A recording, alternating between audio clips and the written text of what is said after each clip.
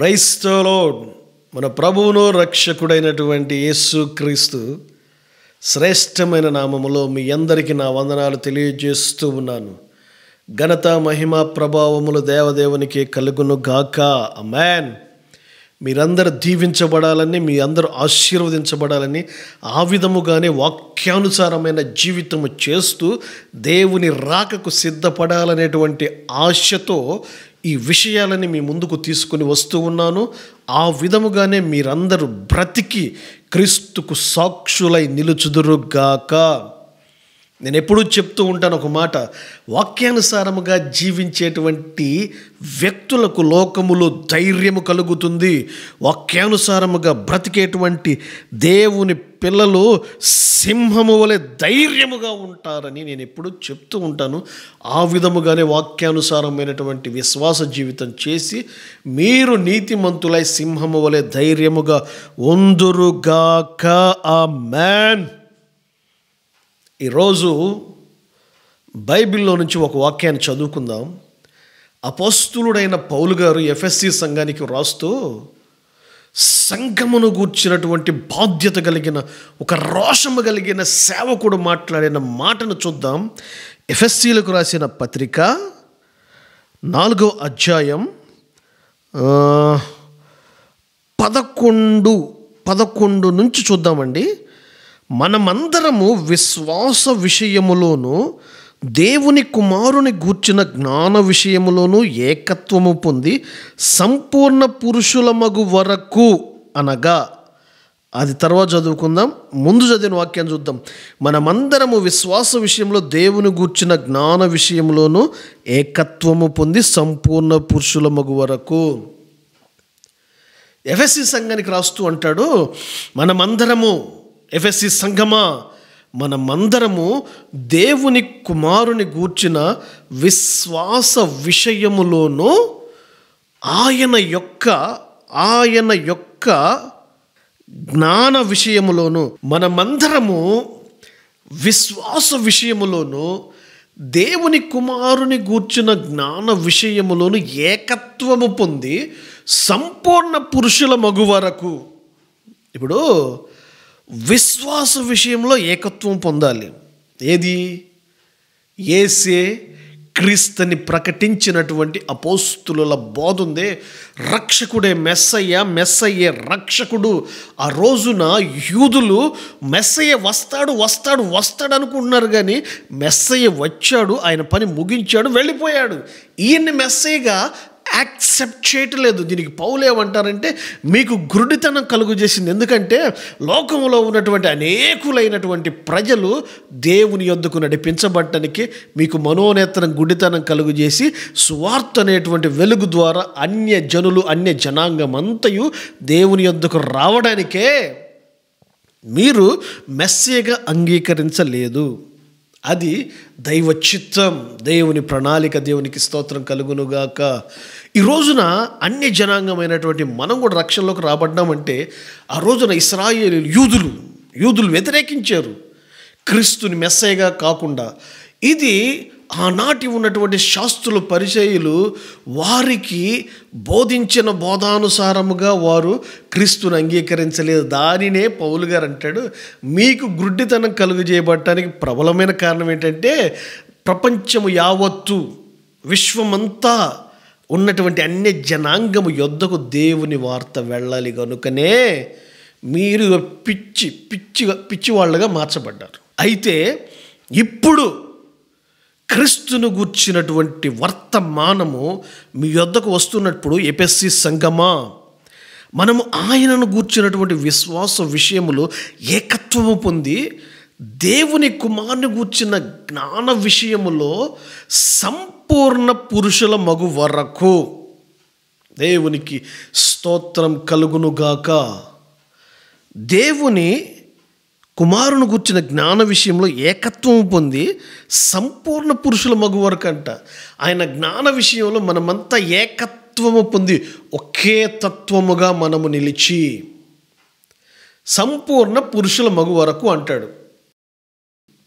మీరు గమనిస్తే సంపూర్ణ పురుషుడు అంటే ఎదుగుదల కలిగినటువంటి వ్యక్తి.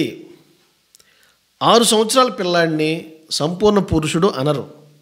20 సంవత్సరాల యువకుడిని సంపూర్ణ పురుషుడు అనరు. లేదా 45 సంవత్సరాల వయసు వచ్చిన వాడిని సంపూర్ణ పురుషుడు అనడు. సంపూర్ణ పురుషుడు అని ఎప్పుడు అనబడతాడంటే తన ఆయుష్కాలము చివరి వరకు వెళ్ళి లోకములో ఉన్న ప్రతి దానిని అనుభవపూర్వకముగా తెలుసుకున్న వ్యక్తినే లోకము పిలిచేటువంటి పదవి ఏంటంటే ఇతను ఎక్స్పీరియన్స్ పర్సన్. అంటే మన ఆత్మీయ పరిభాషలో చెప్పుకోవాలంటే లోకానుసారమైనటువంటి జ్ఞానం అంతట్లో ఇతను సంపూర్ణత పొందినవాడు అని చెప్పుకోవచ్చు. ఇప్పుడు అంటాడు సంపూర్ణ పురుషులం అవ్వాలి. విశ్వాస విషయంలోనూ దేవుని కుమారుని గూర్చిన జ్ఞాన విషయంలో ఏకత్వం పొందుకొని సంపూర్ణ పురుషులం అవ్వాలి. అలా అవ్వాలంటే ఏం చెప్తున్నాడంటే అనగా క్రీస్తునకు కలిగిన సంపూర్ణతకు సమానమైన సంపూర్ణత కలవారమగు వరకు ఆయన ఈలాగు నియమించును. దేవునికి మహిమ కలుగునుగాక. యేసు క్రీస్తుకు కలిగినటువంటి సంపూర్ణమైన సమానత సంఘమునకు కూడా కలుగు వరకు ఆయన ఒక నియమాన్ని నియమించాడు. ఏమిటా నియమం? ఇప్పుడు క్రీస్తునకు కలిగినటువంటి సంపూర్ణమైన సమానత మనలోకి రావాలంటే క్రీస్తుకి ఏ సంపూర్ణత కలిగింది? దేవుని కుమారుని గుర్చిన జ్ఞానం అంటే ఇదే. యేసు క్రీస్తుకి ఏలాంటి సంపూర్ణత, ఏ విషయాల సంపూర్ణత కలిగిందంటే ఆయన మాట విషయంలోనూ, క్రియ విషయంలోనూ, విశ్వాస విషయంలోనూ, తన జీవన శైలిలోనూ ప్రతి విషయంలో ఏ ఒక్కడు కూడా ఆయన్ని పాపము ఆయనలో చూపించుటకు ధైర్యము చాలలేదు, సాహసించలేదు. నాలో పాపం ఉందని మీలో ఎవడైనా రుజువు పరచగలడా అని రోమా గవర్నమెంట్ను శాసిస్తే నోరెల్లబెట్టి నివ్వెరపోయారు. ఎవ్వరు క్రీస్తులో పాపాన్ని వెతికి భూతద్దం పెట్టి వెతికినా కూడా ఆయన రవ్వంత కూడా కనపడలేదు. ఆయన సంపూర్ణ పురుషుడు అయ్యాడు అని అనటానికి ప్రతి విషయంలో, సమస్త విషయంలో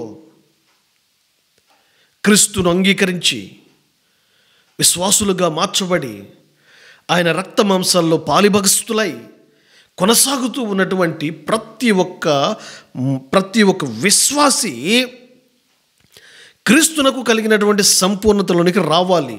ఇంకా కింద అంటాడు పరిశుద్ధులు సంపూర్ణులగునట్లు క్రీస్తు శరీరం సంఘము క్షేమాభివృద్ధి చెందునట్లు. యేసు క్రీస్తుకి ఏ సంపూర్ణత, ఏ విషయాల్లో సంపూర్ణత కలిగిందో నేను మరొకసారి మీతో మాట్లాడతాను. అది టూకీగా కొన్ని విషయాలు చెప్పి ఈ పూట కొన్ని చెప్పి ముగిస్తాను. అయితే పరిశుద్ధులు సంపూర్ణులగునట్లు క్రీస్తు శరీరం అనబడే సంఘము క్షేమాభివృద్ధి చెందుటకును పరిచర్య ధర్మము జరుగుటకును అంటాడు. ఈ రోజున సంఘాలలో జరిగేటువంటి పరిచర్య తండ్రి చేశాడు, పిల్లలు చేస్తున్నారు. తండ్రి చేశాడు, పిల్లలు చేస్తున్నారు. అంటే ఇక్కడ ఎలాగంటే క్షేమాభివృద్ధి చెందుటకు పరిచర్య ఒక ధర్మం ప్రకారం నడిపించబడాలి. ఆ ధర్మానికి తండ్రి తర్వాత కొడుకే అవసరం లేదు. సంఘంలో అక్షరాల ఈ వాక్యాన్ని బట్టి మనం తెలుసుకొనవలసిన అవసరం ఎంతైనా ఉంది. ఆ తర్వాత ఒక లిస్ట్ ఇస్తాడు. 5-fold మినిస్ట్రీగా పరిచర్య ధర్మాన్ని దేవుడే నియమించినట్లుగా ఎఫ్ఎస్సి సంఘానికి పౌలు చెప్తూ ఉన్నాడు.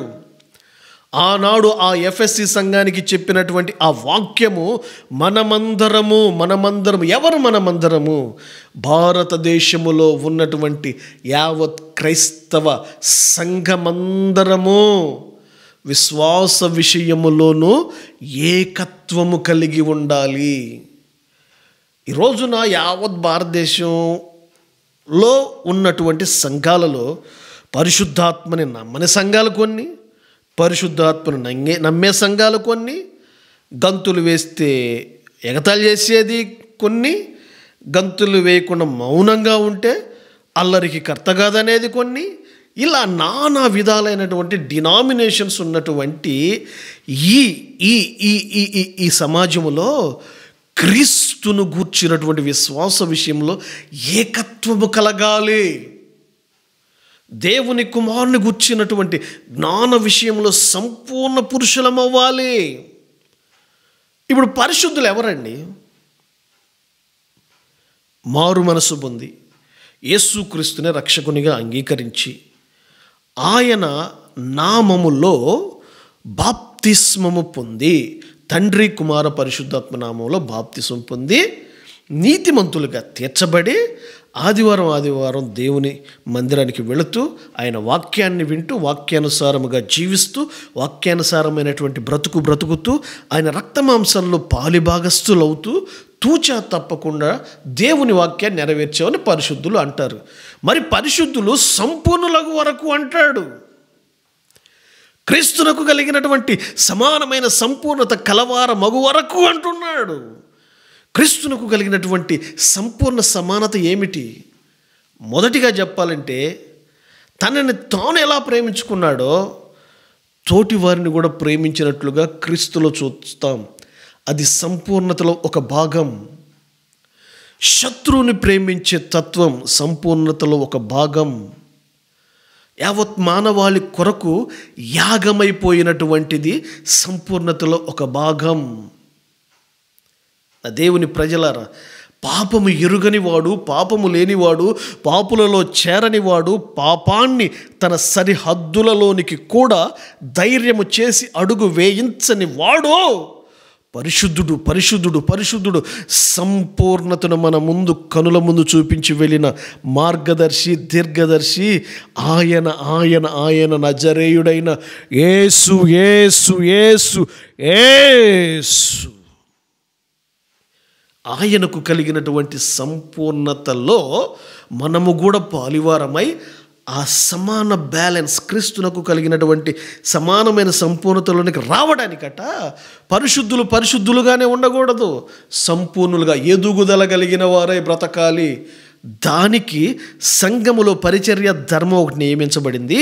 ఈ పరిచర్య ధర్మం ఎలాంటిదంటే 5-fold మినిస్ట్రీ, ఐదుగురు భాగాలుగా 5 శాఖలుగా ఉన్నటువంటి ఈ పరిచర్య సంఘాన్ని ఏలుబడి చేయాలి.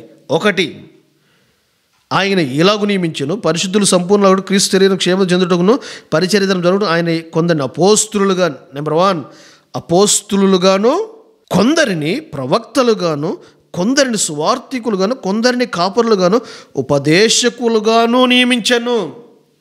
మీ గ్రామంలో ఉన్నటువంటి సంఘములోనైనా, యావత్ భారతదేశంలో ఉన్నటువంటి సంఘంలోనైనా, యూనివర్సల్ సంఘం సార్వత్రిక సంఘములోనైనా పరిచర్య ధర్మం, నేను అన్నాను కదా, పాస్టర్ గారు తర్వాత మా పాస్టర్ గారు కొడుకే చేస్తాడండి ఈ పరిచర్య అని అనుకొని మీరు సంతోషపడిపోయినంత మాత్రాన పరిచర్య ధర్మం ఆయనే జరిపించాలని కాదు. క్రీస్తును పోలి నడుచుకున్నటువంటి ఏ సేవకుడైనా తరువాత నడిపించవచ్చు. ఇది వారసత్వపు రాజకీయం కాదు, వారసత్వపు యాజకత్వం కాదు, అహరోను పిల్లలు చేసినట్లుగా చేసేది కాదు. ఇది ఏలీ కుమారులు పంచుకున్నట్లుగా పంచుకునేది కాదు. ఇదొక ధర్మం, ఇదొక న్యాయ ప్రకారం జరగాలి. పరిచర్య ధర్మం నియమించబడి ఉన్నది అంటాడు. కొందరిని అపోస్తులుగాను, కొందరిని ప్రవక్తలుగాను, కొందరిని సువార్థికులుగాను, కొందరిని కాపరులుగాను, కొందరిని ఉపదేశకులుగాను. ఈ 5 విషయాలు ఇక్కడ క్షుణ్ణంగా వ్రాయబడింది. ఉపదేశం అని కొట్టుకునేవాళ్ళు కొంతమంది, ఇవాంజలిజం అని కొట్టుకునేవాళ్ళు కొంతమంది, ప్రవక్తలు హెచ్చరించి ఖండించి బుద్ధి చెప్పేటువంటి వరాలు పొందుకున్నామని మేమని కొంతమంది, ఇలా అపోస్తులను కొంతమంది, కాపరులు అంటే పాస్టర్. మీరు బైబిల్ అంతా వెతికినా కూడా పాస్టర్ అనే పదం ఎక్కడ కనపడదు. ఇక్కడ ఒక దగ్గర రాయబడి ఉంటుంది మ్యాక్సిమం. కాపరి అనే పదం ఉంటుంది కానీ pastor pastor pastor pastor pastor అని ప్రతి ఒక్కళ్ళు ట్యాగ్ తగిలించుకుంటున్నారు కదా, అది ఇక్కడ ఒక దగ్గర. కాపరి ఉండాలి, ప్రవక్తకి ప్రవక్త ఉండాలి, ఉపదేశకునికి ఉపదేశకుడు ఉండాలి, సువార్థికునికి సువార్థికుడు ఉండాలి, మరలా అపోస్తులుడు ఉండాలి. ఈ 5 గురించి మంచి వివరణ మీకు రాబోయే రోజుల్లో మీకు పూర్తి సబ్జెక్ట్ ఇస్తాను. చాలామంది వాక్యం చూడట్లేదు ఏంటి, మీరు వాక్యం చూడట్లేదు, బయట విషయాలు చెబుతున్నారు ఏంటని నాకు చాలామంది కాల్స్ చేసి అడుగుతున్నారు. వాక్యం చెబుతుంటే వాక్యాన్ని చూసేవాళ్ళు తక్కువైపోయారు. వాక్యాన్ని చూసి విని ఆ విధంగా బ్రతకాలనుకునే వాళ్ళు తక్కువైపోయారు. కాబట్టి బాబు, అందుకే కొన్ని విషయాలు మీకు తెలియజేసి దానితో కలిపి వాక్యాన్ని బోధిస్తూ ఉన్నాం. అయినా వాక్యాన్ని వెనక వేసుకొని వచ్చి లోకవార్తలు చెప్పడానికి మేము నియమించబడలేదు. కొంచెం కళ్ళు తెరిచి జ్ఞానంగా మీరు ఆలోచించాలి. దేవుడు మనుష్యుల హృదయాలను ఎరిగి అధికారం గలవాని వలె బోధించాడు. అందుకే నేనేం చేస్తున్నానంటే కొన్ని విషయాలు మీ ముందుకు తీసుకొచ్చి దాని వాక్యాన్ని కలుపుతున్నాను. ఇప్పుడున్నటువంటి ఇదిగో ఇలాంటి వాక్యం చెప్పానుకో, చాలామంది కరాఖండిగా శత్రువులు అవుతారు మనకి. సంఘంలోనట అపోస్తులు ఉండాలంట, స్వార్థికులు ఉండాలట, ప్రవక్తలు ఉండాలట, ఉపదేశకులు ఉండాలట, కాపరులు ఉండాలట. వీళ్ళు గనక ఉంటే క్రీస్తునకు కలిగినటువంటి సంపూర్ణమైన సమానతలోనికి ప్రతి విశ్వాసి వెళ్తాడు. ఎలా? అపోస్తులుడు స్థానికంగా ఎక్కడ కుర్చీ వేసుకొని కూర్చొని ఇదిగో భక్తులారా ఇది నా సంఘం అనుకుంటా అపోస్తులుడు కూర్చోడు. అపోస్తులుడు పంపబడినవాడు సంఘాన్ని కట్టి వెళ్ళిపోతాడు. తర్వాత ఎవరుండారు?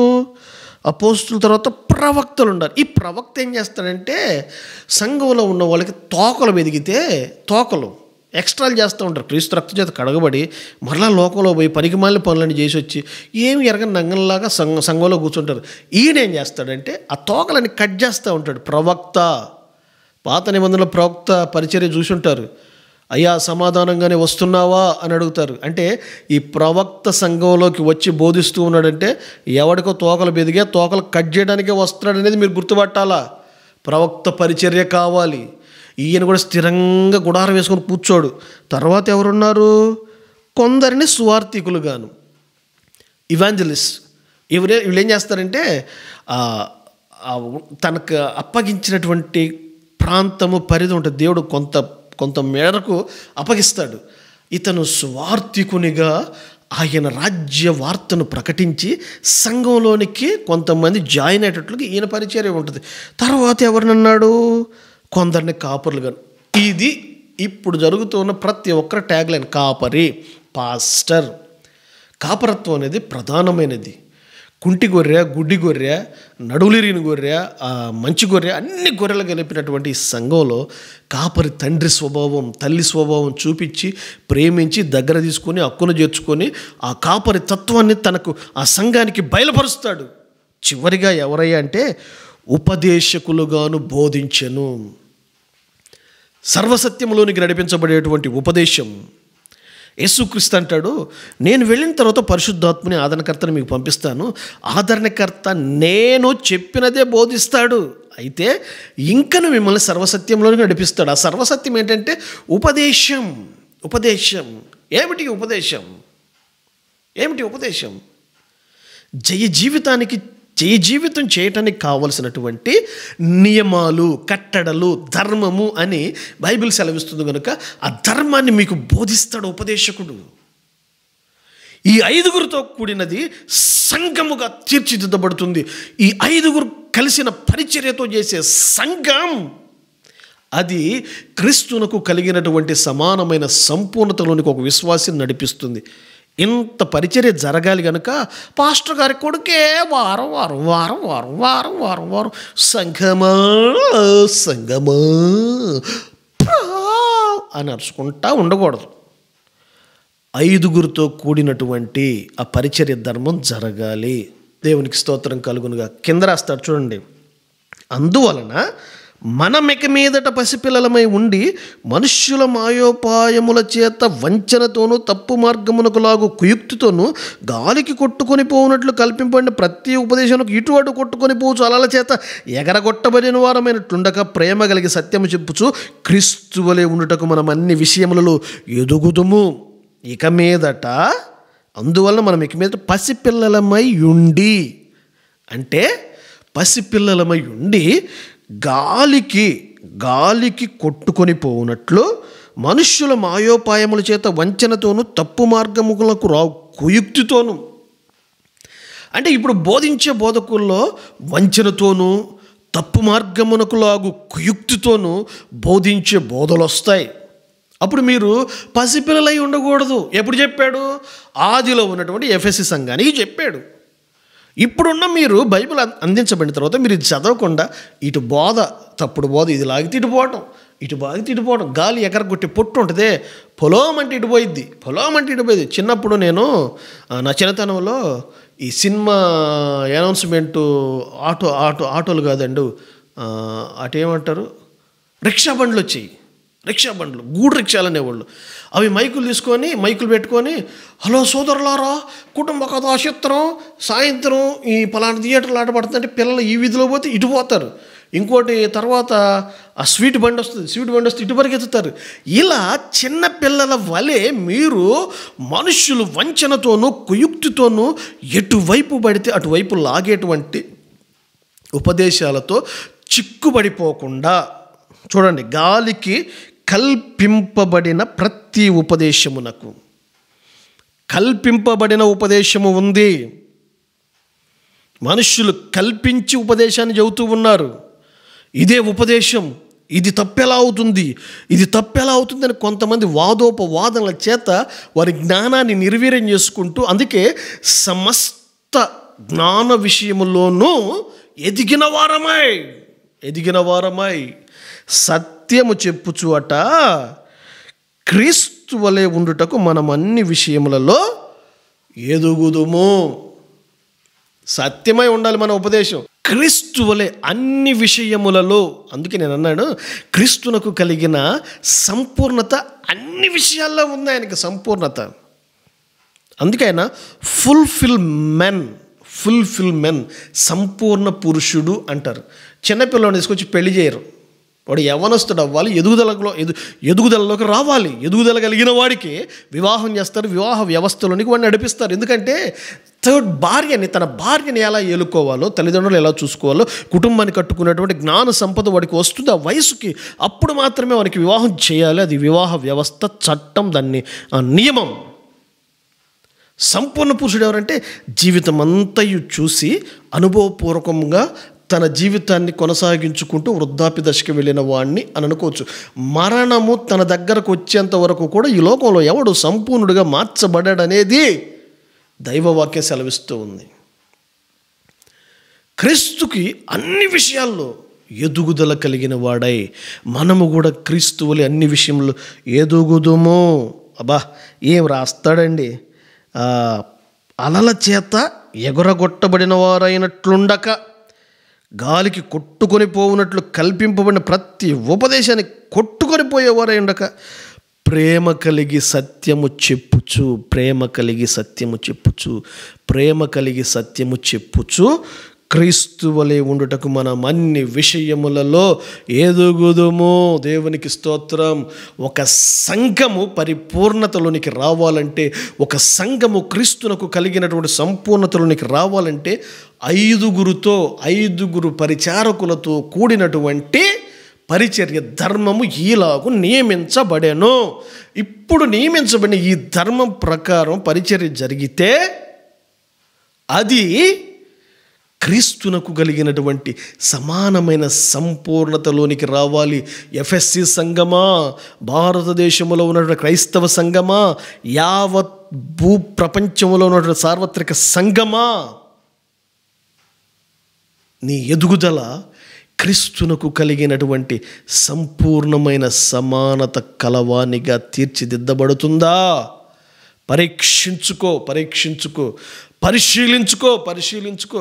ఈయన బాగా చెప్తాడు వాక్యం, మా పాస్టర్ గారు 2 గంటలు చెబుతాడమ్మా ప్రసంగము అని అక్కడికి పోయి భజన చేసామనుకో, టిక్కా అని. మరి మిగతా సంఘాలన్నీ గాలి కొట్టుకొని పోయాయనా? కాదు. పరిశుద్ధులుగా ఉండి, పవిత్రులుగా ఉండి, వారు కూడా క్రీస్తు పరిచర్య ధర్మములు ఏకత్వం పొంది ఉన్నారు. ప్రవక్తలుగా, కాపరులుగా నీ సంఘానికి వచ్చి హెచ్చరించి, ఖండించి, బుద్ధి చెప్పేటువంటి ఆ ధర్మం ఉంటే అది సంఘముగా తీర్చిదిద్దబడుతుంది. ఆమేన్. దేవుని పరిచర్య అంటే ఆటలు కాదు. దేవుని పరిచర్య అంటే చిన్నపిల్లలు ఆడుకునే ఆటలు కాదు. It is not a children's game, it is a fight. ఇది పోరాటం, ఇది యుద్ధం. మనము చేసేది ఈ లోక సంబంధులతో కాదు, దురాత్మ సమూహాలతో. సర్వాంగ కవచమును ధరించుకునే వారిగా నువ్వు ఎప్పుడు ఉంటావంటే ఇదిగో ఈ పరిచర్య ధర్మము కలిగినటువంటి సంఘములో నీవు చేర్చబడినప్పుడు అనేది వాస్తవం. దేవుని ప్రజలారా, అటువంటి సంపూర్ణతలకు మీరందరూ నడిపించబడాలని ఈ కొద్ది మాటలు తెలియజేస్తూ, రానున్న దినాల్లో క్రీస్తునకు కలిగినటువంటి సంపూర్ణత ఎలాంటిదనేది క్షుణ్ణంగా వివరిస్తాను. దేవునికి మహిమ కలుగునుగాక. వాక్యానుసారంగా మీరందరూ నడిపించబడాలని నా ఉద్దేశము, నా ఆశ. అలాగున మీరు కూడా నడిపించబడుదురుగాక. సబ్స్క్రైబ్ చేసుకున్న వాళ్ళు చేసుకోనండి, మరలా లైక్ చేయండి. ఇటువంటి మంచి విషయాలు అనేకులకి షేర్ చేయబడ, అనేకులకి ముందుకు వెళ్ళాలంటే లైక్స్ అనేది చాలా ప్రాముఖ్యం. ఈ సోషల్ మీడియా అనేకుల మధ్యకు దేవుని వాక్యాన్ని తీసుకెళ్తూ ఉంది.